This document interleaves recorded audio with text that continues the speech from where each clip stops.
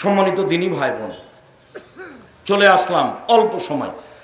ইবাদতের জগতে সবচেয়ে দামি ইবাদত সিয়াম। এটা কিভাবে হলো একটু দেখেন তো। উমামা বাহিলী রাদিয়াল্লাহু তাআলা আনহু বলেন, আল্লাহর নবী মুরনি বিআমালিন, আল্লাহ নবী আমাকে একটা আমলের কথা বলেন তো আল্লাহ নবী, যাতে আমি জান্নাতে চলে যাব। তখন আল্লাহ রাসূল বলছেন, উমামা আলাইকা বিসম ফাইনুল্লাহ মিসলালাহু, তুমি সিয়াম পালন করো। ইবাদতের জগতে সিয়ামের মতো কোনো ইবাদত নেই। এটা সিয়াম আর এটা সলাত। সলাত সিয়ামের মতো জিনা। এটা হজ, এটা সিয়াম। হজ সিয়ামের মতো জিনা। পৃথিবীর কোনো ইবাদত সিয়ামের মতো নয়। আবার উমামা বাহিলে বলছেন, আল্লাহর নবী আমাকে একটা আমলের কথা বলেন তো আল্লাহর নবী, যেটা করলে আমি জান্নাতে চলে যাব। তখন আল্লাহ রাসূল বলছেন, উমামা আলাইকা বিসম ফাইন্নাহুল্লাহ ঈদলাহু, তুমি সিয়াম পালন করো। ইবাদতের জগতে সিয়ামের সমপর্যায়ের কোনো ইবাদত নেই। এটা সলাত, এটা সিয়াম। সলাত সিয়ামের সমপর্যায়ের জিনা। হজ সিয়ামের সমপর্যায়ের জিনা। কোরআন তেলাওয়াত সিয়ামের সমপর্যায় জিনা। তাসবিহ তাহলিল সিয়ামের সমপর্যায় জিনা। এমন কোনো ইবাদত নেই যেটা কার সমপর্যায়ের হতে পারে? সিয়ামের সমপর্যায়ের হতে পারে। এই কথা মুহাম্মদ সাল্লাল্লাহু আলাইহি সাল্লাম বলেন। আল্লাহ নবী বলেন, জান্নাতের দরজা 8টি আর জাহান্নামের দরজা 7টি। যেদিন মানুষ জান্নাতে ঢুকবে তো সলাতের জন্য একটা দরজা আছে। ফেরেশতারা বলবে, আসেন আসেন, যারা সলাত আদায় করেছেন এই দরজা দিয়ে আসেন। যারা সিয়াম পালন করেছে ফেরেশতারা বলবে, আসেন আসেন, যারা সিয়াম পালন করেছেন এই দরজা দিয়ে আসেন। যারা হজ করেছে আসেন আসেন, যারা হজ করেছেন এই দরজা দিয়ে আসেন। আল্লাহ নবী বলছেন যে এজা দাখালা আখিরু মুগলিকা, সিয়াম পালনকারীর শেষ ব্যক্তি এই দরজা দিয়ে ঢুকে গেলে এটা ক্লোজ করা হবে, এটা বন্ধ, বাকিগুলো খোলা আছে।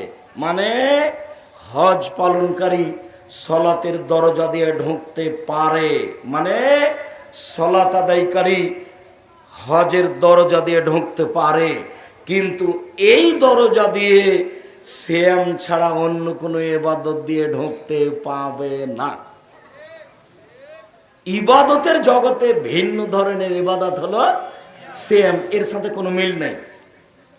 আবু হুরায়রা রাদিয়াল্লাহু তাআলা আনহু বলেন, আল্লাহর নবী বলেছেন, কুল্লু আমাল ইবনে আদম ইজাফুল হাসানাতু বিআশরি আমসালিল সাবিমিয়াতে, যে আদম সন্তানের সব নেকি 1 থেকে 10, 10 থেকে 700, আরো আরো আরো আরো অনেক। যেটাই করো, সলাত আদায় করলো, আল্লাহ বলবেন, এই ফেরেশতা নেকি লিখে দাও। একবারে 10 লিখো, 700 লিখো, বাড়াও। কোরআন মাজিদ তেলাওয়াত করলো, এই ফেরেশতা নেকি লিখো, নেকি লিখো, 10 লিখো, 700 লিখো, বাড়াও। হজ করলো, নেকি লিখো, 700 করো, বাড়াও বাড়াও, সবটাই। কিন্তু আল্লাহ বলছেন, ইল্লা সাওমা, তবে সিয়াম, ফাইনাহু লি, সিয়াম আমার ব্যাপার, ওয়ানা আজিজিবেহি, প্রতিদান আমি দিব। কি প্রতিদান দিবেন? সিয়াম পালন করলে 2, 4, 5, 10 নেকি হয় না। সিয়াম পালনের নামে কোনো নেকি নির্ধারিত নেই। সিয়াম পালনের বিনিময় জান্নাত একটু, এক খেলে চেয়ে থাকবেন।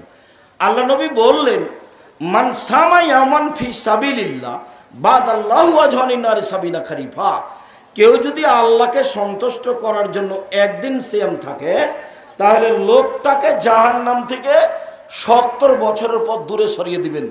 তো লোকটা নেকি পেল না জাহান্নাম থেকে সরে গেল? আবার বলছেন, কেউ যদি একদিন সিয়াম থাকে আল্লাহকে সন্তুষ্ট করার জন্য, তাহলে লোকটা থেকে জাহান্নামকে 100 বছরের পর দূরে সরিয়ে দিবেন। তো লোকটা নেকি পেল না জাহান্নাম সরে গেল? 3, মান সামা ইয়ামান ফি সাবিলিল্লাহ জালাল্লাহু বাইনাহু ওয়া বাইনাল খান্দা কামা বাইনাস সামাই ওয়াল আরজ, কেউ যদি আল্লাহকে সন্তুষ্ট করার জন্য একদিন সিয়াম থাকে, তাহলে তার মাঝে আর জাহান্নামের মাঝে একটা গর্ত হবে 500 বছরের পথ। মানে কেউ যদি একদিন সিয়াম থাকে, তাহলে আল্লাহ তাকে জাহান্নাম থেকে সরিয়ে দিবেন কত বছরের পথ?